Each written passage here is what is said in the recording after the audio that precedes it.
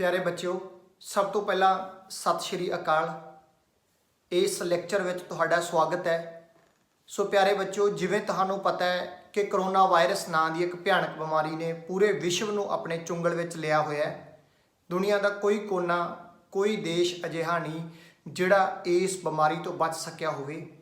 सो अजिहे समय आस करते हैं कि तुसीं सुरक्षित होवोगे, तंदुरुस्त होवोगे, घर परिवार राजी खुशी होवेगा।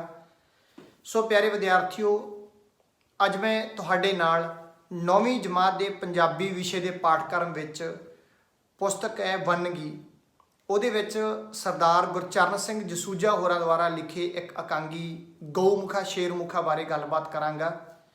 सो प्यारे बच्चों, इस तो पहला असी गऊमुखा शेरमुखा एकांगी बारे पढ़ीए। मैं 4 शब्दों में तुहानूं ये दसांगा कि एकांगी हुंदी की है, भाव कि असी एकांगी नूं पढ़न तो पहला एकांगी शब्द के संकल्प नूं समझांगे। सो आओ पहला ये देखते हाँ कि एकांगी हुंदा की है। प्यारे विद्यार्थियों, सब तो पहला असी एकांगी शब्द बारे जानते हाँ कि एकांगी है की।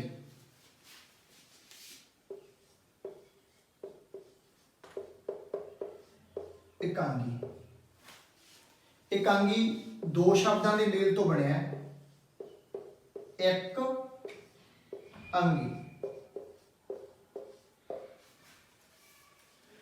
एकांगी तो भाव वो नाटक जिसका सिर्फ एक ही अंग हुंदा है, भाव कि वो नाटक जिस विच एक थां ते इक्को समय एक ही घटना वापरती है, उसनूं एकांगी कहा जाता है। हुण असीं इस एकांगी दे एकांगीकार बारे पढ़ते हैं, जिसने इस खूबसूरत एकांगी की रचना की।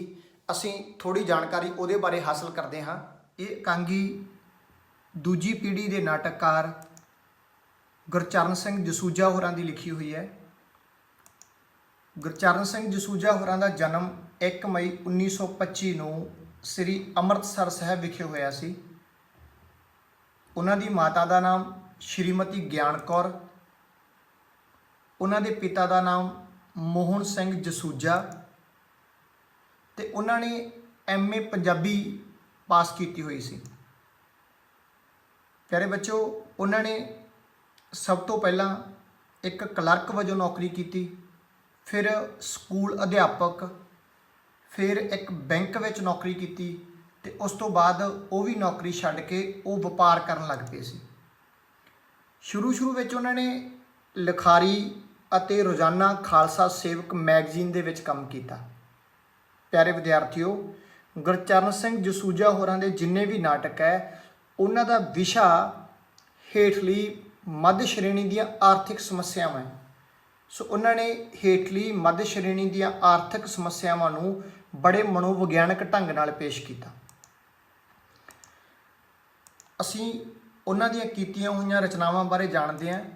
सो मकड़ी दा जाल, कंधा रेत दियां, अंधकार, चढ़िया सोधन धरत लुकाई, एक हीरो की तलाश, रचना राम बनाई, बादशाह दरवेश, जिस डिठे सब दुख जाए, पारस दी शो,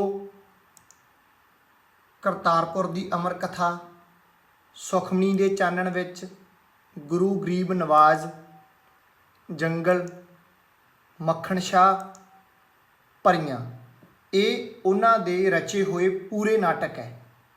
तो इन्हां दे विचों जंगल ते पारस दी शो ये 2 काव्य नाटक है। हुण असीं उन्हां द्वारा रचे एकांगी संग्रह बारे जानते हैं। गऊमुखा शेरमुखा इहदी रचना उन्होंने 1955 दे विच कीती। 4 दीवारी इहदी रचना 1964 की। पछतावा इहदी रचना उन्होंने 1965 की। आप बीती जग बीती की रचना 1975 की। ते शिखर दुपहर अते हनेरा इहदी रचना उन्होंने 1983 ईस्वी दे विच की। नाटक ते एकांगियां तो इलावा प्यारे बच्चों, उन्होंने 2 आलोचना दीयां किताबां भी दित्तियां। पहली सीगी पंजाबी साहित्यकार ਤੇ ਦੂਸਰੀ ਸੀਗੀ ਪੰਜਾਬੀ ਨਾਟਕ ਸਿਧਾਂਤ ਤੇ ਤਕਨੀਕ। ਇਸ ਤੋਂ ਇਲਾਵਾ ਉਹਨਾਂ ਨੇ ਬਾਲ ਸਾਹਿਤ ਵੀ ਰਚਿਆ। ਇੱਕ ਉਹਨਾਂ ਦਾ ਬਾਲ ਨਾਟਕ ਸੀ ਆਸਮਾਨ ਡਿੱਗ ਪਿਆ, ਇਹ ਕਾਵਿ ਨਾਟਕ ਹੈ ਪਿਆਰੇ ਬੱਚਿਓ। ਇਸ ਤੋਂ ਇਲਾਵਾ ਉਹਨਾਂ ਨੇ ਹੋਰ ਭਾਸ਼ਾਵਾਂ ਦੇ ਬਹੁਤ ਸਾਰੇ ਨਾਟਕਾਂ ਦਾ ਪੰਜਾਬੀ ਦੇ ਵਿੱਚ ਵੀ ਅਨੁਵਾਦ ਕੀਤਾ। ਸੋ ਵਾਲਪੁੰਨੀ, ਪਹਿਲਾ ਰਾਜਾ, ਆਦੇ ਅਧੂਰੇ, ਇਹ ਉਹ ਨਾਟਕ ਹੈ ਜਿਨ੍ਹਾਂ ਦਾ ਉਹਨਾਂ ਨੇ ਅਨੁਵਾਦ ਕੀਤਾ। ਹੁਣ ਅਸੀਂ ਉਹਨਾਂ ਦੀਆਂ ਕਿਰਤਾਂ ਦੇ ਬਦਲੇ ਉਹਨਾਂ ਨੂੰ ਮਿਲੇ ਹੋਏ ਮਾਣ ਸਨਮਾਨ ਉਹਨਾਂ ਬਾਰੇ ਗੱਲਬਾਤ ਕਰਦੇ ਹਾਂ। ਪੰਜਾਬੀ ਅਕੈਡਮੀ ਨਵੀਂ ਦਿੱਲੀ ਵੱਲੋਂ 1983 ਦੇ ਵਿੱਚ ਉਹਨਾਂ ਨੂੰ ਸਾਹਿਤਕ ਪੁਰਸਕਾਰ ਨਾਲ ਸਨਮਾਨਿਤ ਕੀਤਾ ਗਿਆ। ਸੋ 1987 ਦੇ ਵਿੱਚ ਦਿੱਲੀ ਨਾਟਯ ਸੰਘ ਸਨਮਾਨ ਪ੍ਰਾਪਤ ਹੋਇਆ। 1991 ਦੇ ਵਿੱਚ ਕਰਤਾਰ ਸਿੰਘ ਧਾਲੀਵਾਲ ਅਵਾਰਡ ਪ੍ਰਾਪਤ ਹੋਇਆ। 1993 ਦੇ ਵਿੱਚ ਸ਼੍ਰੋਮਣੀ ਪੰਜਾਬੀ ਨਾਟਕਕਾਰ ਦਾ ਅਵਾਰਡ ਪ੍ਰਾਪਤ ਹੋਇਆ। ਇਸ ਤੋਂ ਇਲਾਵਾ ਲੋਕ ਕਲਾ ਮੰਚ ਅੰਮ੍ਰਿਤਸਰ ਵੱਲੋਂ ਵੀ ਉਹਨਾਂ ਨੂੰ ਸਨਮਾਨਿਤ ਕੀਤਾ ਗਿਆ। ਪੰਜਾਬੀ ਲੇਖਕ ਸਭਾ ਨਵੀਂ ਦਿੱਲੀ ਵੱਲੋਂ ਵੀ ਉਹਨਾਂ ਦਾ ਸਨਮਾਨ ਕੀਤਾ ਗਿਆ। ਕੇਂਦਰੀ ਪੰਜਾਬੀ ਸਾਹਿਤ ਸੰਮੇਲਨ ਦਿੱਲੀ ਵੱਲੋਂ ਵੀ ਉਹਨਾਂ ਨੂੰ ਸਨਮਾਨਿਤ ਕੀਤਾ ਗਿਆ। ਸੋ ਭਾਸ਼ਾ ਵਿਭਾਗ ਵੱਲੋਂ ਸ਼੍ਰੋਮਣੀ ਪੰਜਾਬੀ ਟੈਲੀਫਿਲਮ ਸਕ੍ਰਿਪਟ ਨਾਟਕ ਲੇਖਕ ਦਾ ਪੁਰਸਕਾਰ ਉਹਨਾਂ ਨੂੰ 1997 ਵਿੱਚ ਪ੍ਰਾਪਤ ਹੋਇਆ। ਇਸ ਤੋਂ ਇਲਾਵਾ ਫੁੱਲ ਮੈਮੋਰੀਅਲ ਮੰਚਨ ਅਵਾਰਡ ਵੀ ਉਹਨਾਂ ਨੂੰ ਮਿਲਿਆ 1998 ਦੇ ਵਿੱਚ। ਪਿਆਰੇ ਬੱਚਿਓ, ਉਹਨਾਂ ਦੇ ਸਾਰੇ ਨਾਟਕ ਰੇਡੀਓ ਅਤੇ ਟੈਲੀਵਿਜ਼ਨ 'ਤੇ ਬੜੀ ਹੀ ਸਫਲਤਾ ਨਾਲ ਪ੍ਰਸਾਰਿਤ ਹੋਏ ਤੇ ਬੜੀ ਸਫਲਤਾ ਨਾਲ ਮੰਚ 'ਤੇ ਖੇਡੇ ਵੀ ਗਏ। ਉਹਨਾਂ ਦੇ ਪਹਿਲੇ ਹੀ ਕਾਂਗੀ ਜਿਹੜਾ ਅਸੀਂ ਅੱਜ ਪੜ੍ਹਨਾ ਗਊਮੁਖਾ ਸ਼ੇਰਮੁਖਾ, ਉਹਨੇ 1954 ਵਿੱਚ ਆਲ ਇੰਡੀਆ ਰੇਡੀਓ ਦੇ ਨਾਟਕ ਮੁਕਾਬਲਿਆਂ ਵਿੱਚ ਪਹਿਲਾ ਸਥਾਨ ਪ੍ਰਾਪਤ ਕੀਤਾ ਸੀ। ਸੋ ਇੱਕ ਜਾਣਕਾਰੀ ਹੋਰ ਤੁਹਾਡੇ ਨਾਲ ਸਾਂਝੀ ਕਰਾਂ ਪਿਆਰੇ ਵਿਦਿਆਰਥੀਓ, ਗੁਰਚਰਨ ਸਿੰਘ ਜਸੂਜਾ ਹੋਰੀ ਸ਼ੁਰੂ ਵਿੱਚ ਕਵਿਤਾ ਵੀ ਲਿਖਦੇ ਰਹੇ ਆ। ਪਿਆਰੇ ਵਿਦਿਆਰਥੀਓ, ਜਿਵੇਂ ਤੁਹਾਨੂੰ ਪਤਾ ਹੈ ਕਿ ਇਸ ਇਕਾਂਗੀ ਦਾ ਨਾਂ ਹੈ ਗਊਮੁਖਾ ਸ਼ੇਰਮੁਖਾ। ਸੋ ਇਕਾਂਗੀ ਸਾਨੂੰ ਫੇਰ ਸਮਝ ਲੱਗੂਗੀ ਜੇ ਸਾਨੂੰ ਗਊਮੁਖਾ ਤੇ ਸ਼ੇਰਮੁਖਾ ਦਾ ਸੰਕਲਪ ਕਲੀਅਰ ਹੋਊਗਾ। ਸੋ ਅਸੀਂ ਸਭ ਤੋਂ ਪਹਿਲਾਂ ਇਹ ਜਾਣਦੇ ਹਾਂ ਕਿ ਗਊਮੁਖਾ ਤੇ ਸ਼ੇਰਮੁਖਾ ਕੀ ਹੁੰਦਾ ਹੈ। ਗਊਮੁਖਾ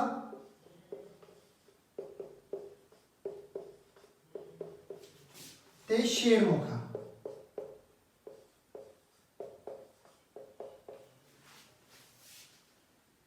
ਗਊਮੁਖੇ ਤੋਂ ਭਾਵ ਗਾਂ ਦੇ ਮੂੰਹ ਵਰਗਾ ਤੇ ਸ਼ੇਰਮੁਖੇ ਤੋਂ ਭਾਵ ਸ਼ੇਰ ਦੇ ਮੂੰਹ ਵਰਗਾ। ਪਿਆਰੇ ਵਿਦਿਆਰਥੀਓ, ਤੁਸੀਂ ਦੇਖਿਆ ਹੋਣਾ ਕਿ ਗਾਂ ਦਾ ਮੂੰਹ ਕੁਝ ਇਸ ਤਰ੍ਹਾਂ ਹੁੰਦਾ ਹੈ, ਅੱਗੋਂ ਭੀੜਾ ਤੇ ਪਿੱਛੋਂ ਚੌੜਾ, ਜਦੋਂ ਕਿ ਸ਼ੇਰ ਦਾ ਮੂੰਹ ਕੁਝ ਇਸ ਤਰ੍ਹਾਂ ਹੁੰਦਾ ਹੈ, ਪਿੱਛੋਂ ਭੀੜਾ ਤੇ ਅੱਗੋਂ ਚੌੜਾ।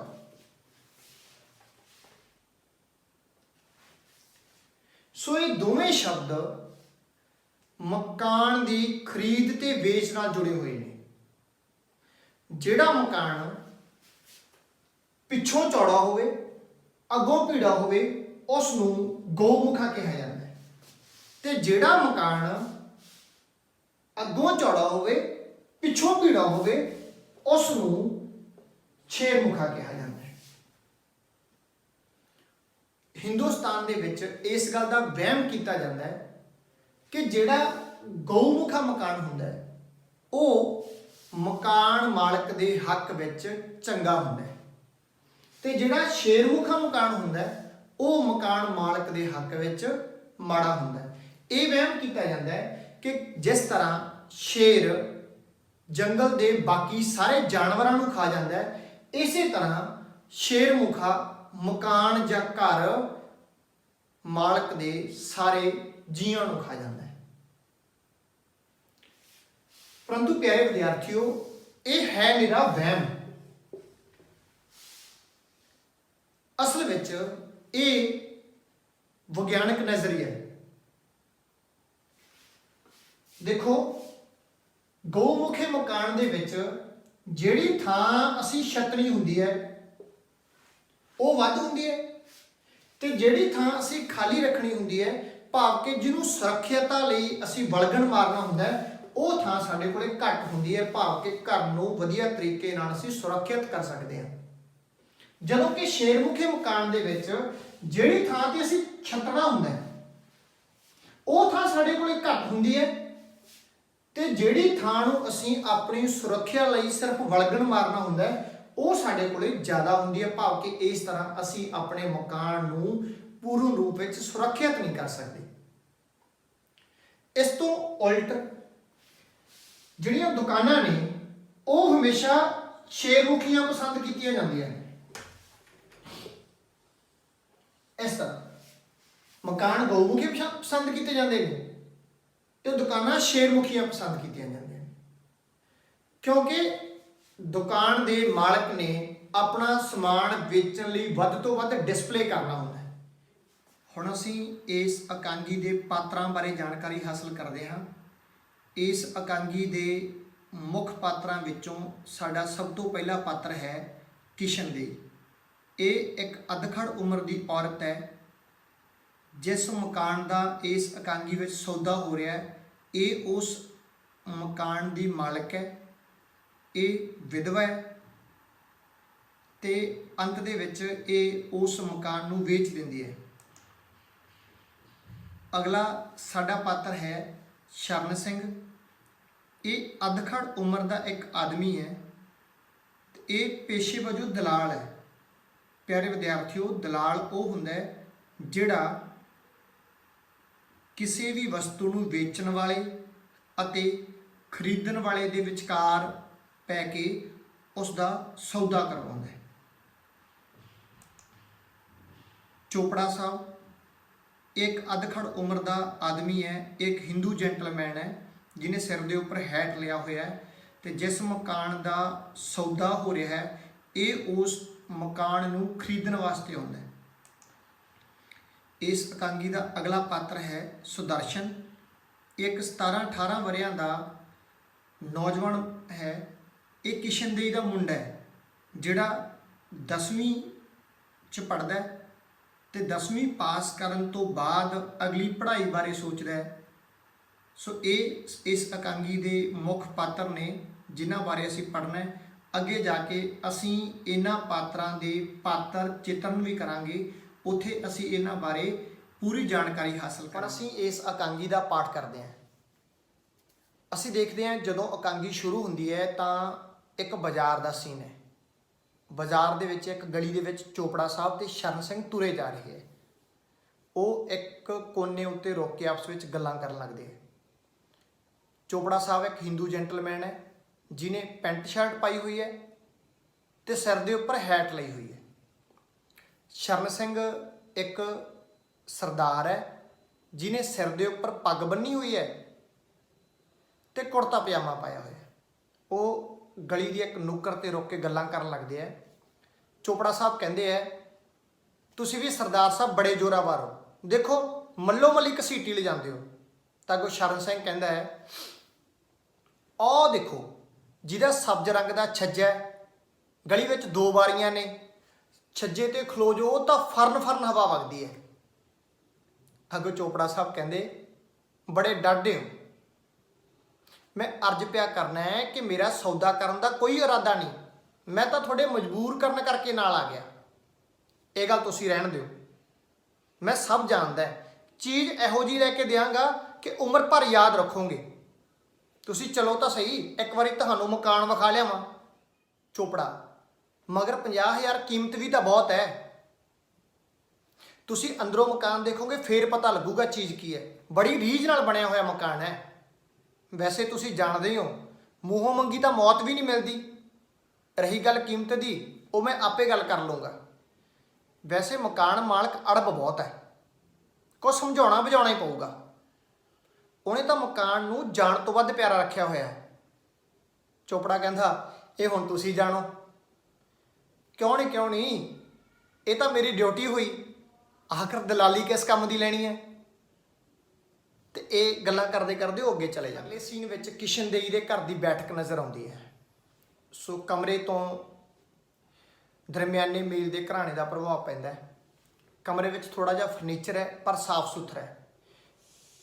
ਕੰਧ ਦੇ ਉੱਪਰ ਇੱਕ ਸੈਲਫ ਬਣੀ ਹੋਈ ਹੈ ਤੇ ਸੈਲਫ ਦੇ ਉੱਪਰ ਕੁਝ ਕਿਤਾਬਾਂ ਪਈਆਂ ਹੋਈਆਂ ਨੇ।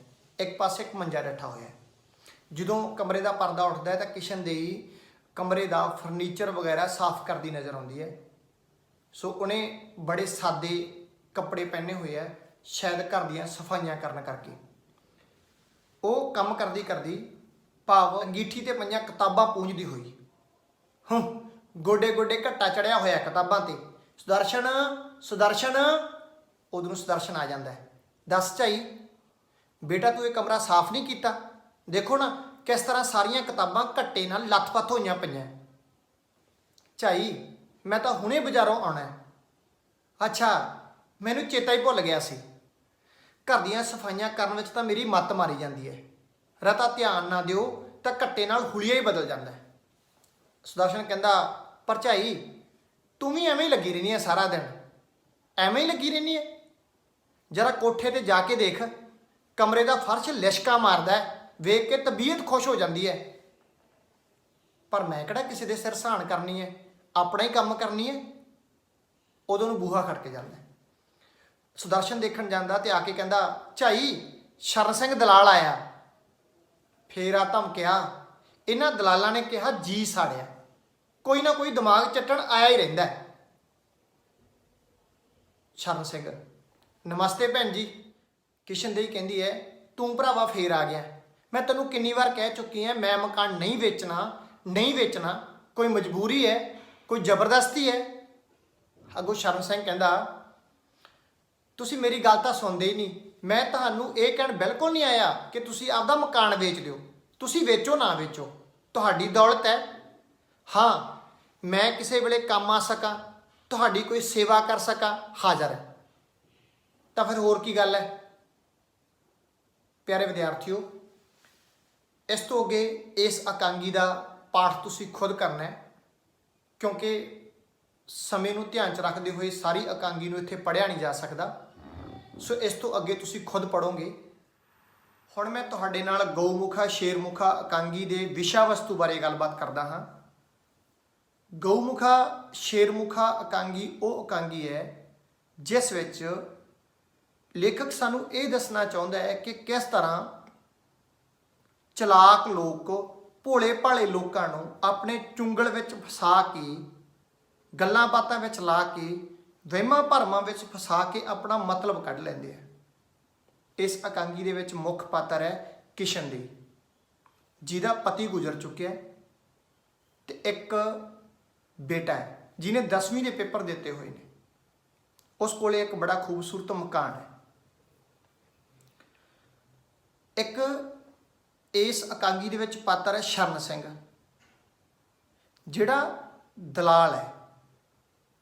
ਇੱਕ ਪਾਤਰ ਹੈ ਚੋਪੜਾ ਜੀ, ਜਿਹਨੂੰ ਮਕਾਨ ਦੀ ਲੋੜ ਹੈ।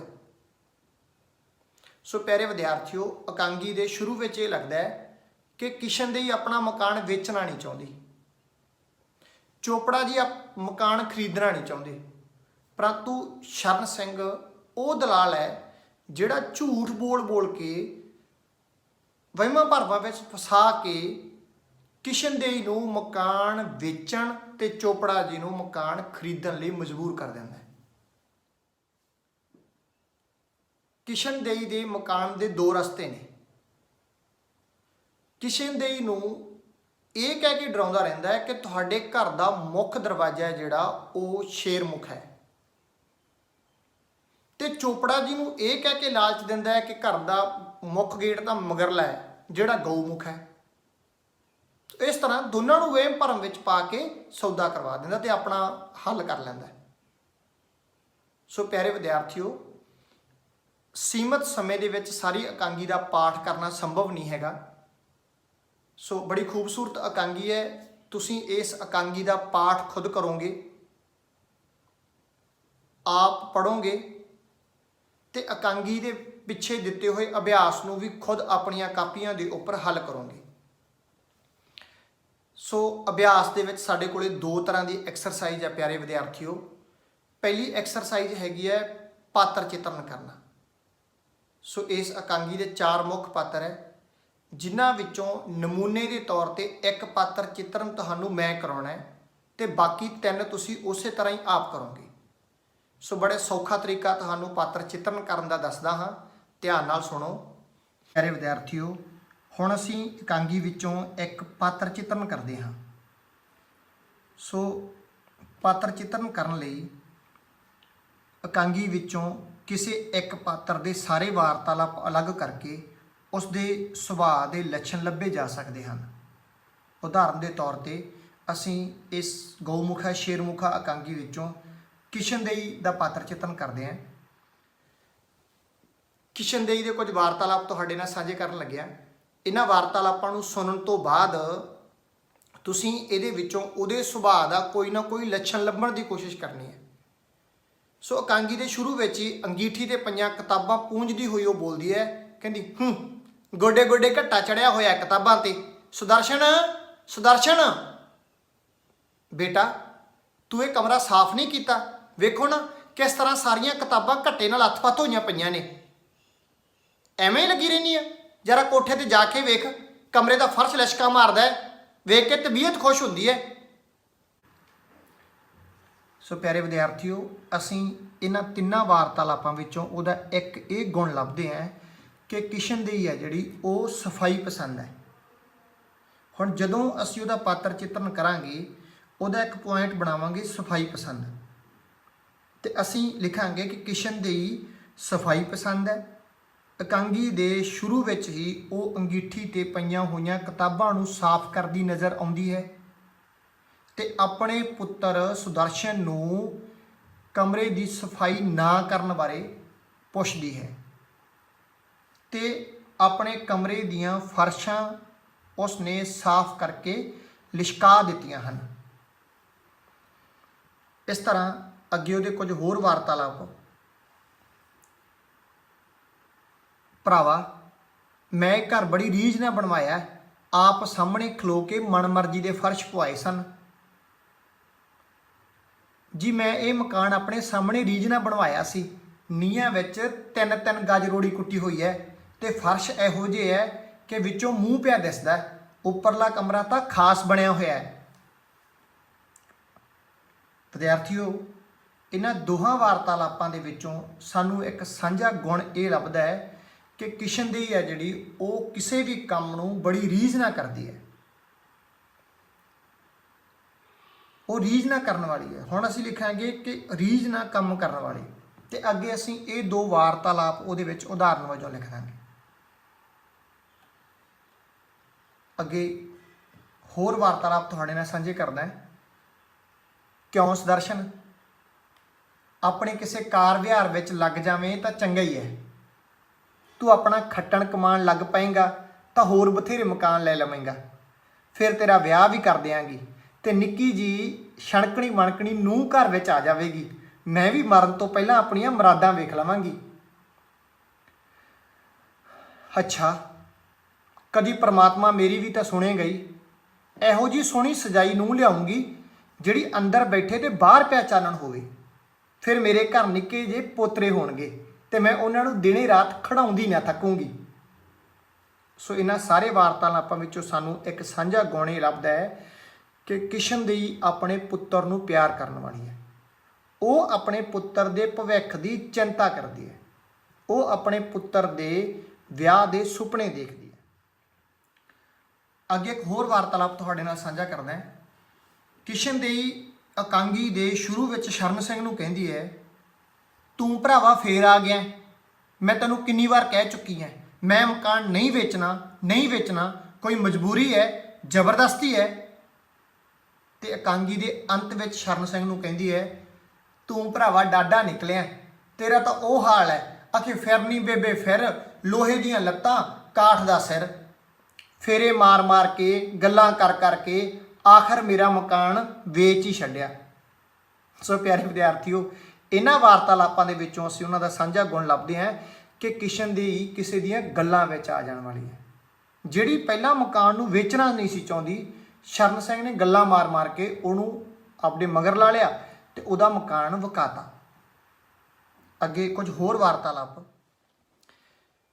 ਇੱਕ ਵਾਰਤਾਲਾਪ ਵਿੱਚ ਸ਼ਰਨ ਸਿੰਘ ਕਹਿੰਦਾ ਹੈ, ਹਾਂ ਸੱਚ, ਤੁਹਾਡੇ ਘਰ ਦੇ ਸਾਹਮਣੇ ਇੱਕ ਖੂਹ ਹੁੰਦਾ ਸੀ।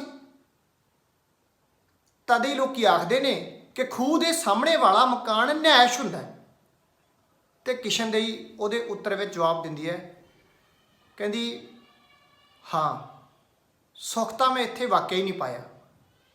ਜਦੋਂ ਸੁਦਰਸ਼ਨ ਦੇ ਬਾਊ ਜੀ ਗੁਜਰੇ ਮਕਾਨ ਬਣਿਆ ਹਲੇ ਸਾਲ ਵੀ ਨਹੀਂ ਹੋਇਆ ਸੀ। ਕਿਉਂ ਸੁਦਰਸ਼ਨ ਫਿਰ ਮਕਾਨ ਵੇਚ ਦਈਏ?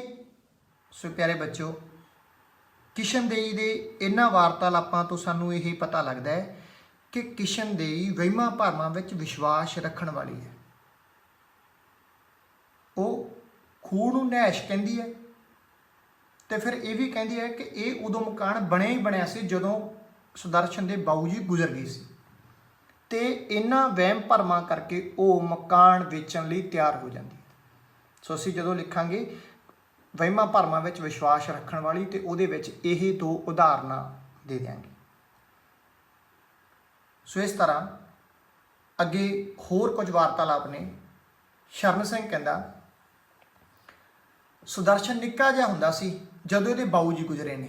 ਕਿਸ਼ਨਦੇਈ ਕਹਿੰਦੀ ਉਦੋਂ ਇਹ 8 ਸਾਲ ਦਾ ਸੀ। ਅੱਛਾ ਭਰਾਵਾ, ਕਿਸਮਤ ਦੀ ਲਿਖੀ ਨੂੰ ਕੌਣ ਮੋੜ ਸਕਦਾ ਹੈ? ਅਖੇ ਰਾਈ ਘਟੇ ਨਾ ਤਿਲ ਵਧੇ, ਜੋ ਲਿਖਿਆ ਕਰਤਾਰ। ਅੱਗੇ ਕਹਿੰਦੀ ਹੈ ਅੱਛਾ ਸਮਾਂ ਪਾ ਕੇ ਸਭੇ ਕੁਝ ਹੋ ਜਾਏਗਾ, ਬਦਕਿਸਮਤ ਤਾਂ ਉਹ ਜੋ ਇਸ ਵਸਤੀ ਵਾੜੀ ਨੂੰ ਛੱਡ ਕੇ ਚਲੇ ਗਏ।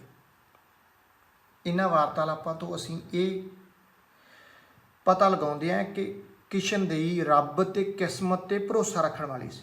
ਉਹਨੂੰ ਐਂ ਲੱਗਦਾ ਸੀ ਕਿ ਜੋ ਕੁਝ ਕੀਤਾ ਇਹ ਰੱਬ ਨੇ ਕੀਤਾ, ਜੋ ਕੁਝ ਕੀਤਾ ਮੇਰੀ ਕਿਸਮਤ ਨੇ ਕੀਤਾ। ਕਿਸ਼ਨਦੇਈ ਦੇ ਸਾਰੇ ਵਾਰਤਾਲਾਪ ਪੜ੍ਹਨ ਤੋਂ ਬਾਅਦ, ਸੁਣਨ ਤੋਂ ਬਾਅਦ ਅਸੀਂ ਉਸ ਦੇ ਸੁਭਾਅ ਦੇ ਕੁਝ ਗੁਣ ਲੱਭਣ ਵਿੱਚ ਕਾਮਯਾਬ ਹੋਏ ਹਾਂ, ਜਿਨ੍ਹਾਂ ਵਿੱਚ ਸਭ ਤੋਂ ਪਹਿਲਾਂ ਸਾਨੂੰ ਪਤਾ ਲੱਗਿਆ ਕਿ ਕਿਸ਼ਨਦੇਈ ਸਫਾਈ ਪਸੰਦ ਔਰਤ ਸੀ, ਰੀਝਾਂ ਨਾਲ ਕੰਮ ਕਰਨ ਵਾਲੀ ਹੈ, ਪੁੱਤਰ ਨੂੰ ਪਿਆਰ ਕਰਨ ਵਾਲੀ, ਪੁੱਤਰ ਦੇ ਭਵਿੱਖ ਦੀ ਚਿੰਤਾ ਕਰਨ ਵਾਲੀ, ਪੁੱਤਰ ਦੇ ਵਿਆਹ ਦੇ ਸੁਪਨੇ ਦੇਖਣ ਵਾਲੀ, ਗੱਲਾਂ ਵਿੱਚ ਆ ਜਾਣ ਵਾਲੀ, ਵਹਿਮਾਂ ਭਰਮਾਂ ਵਿੱਚ ਵਿਸ਼ਵਾਸ ਰੱਖਣ ਵਾਲੀ, ਰੱਬ ਤੇ ਕਿਸਮਤ ਤੇ ਭਰੋਸਾ ਰੱਖਣ ਵਾਲੀ ਹੈ।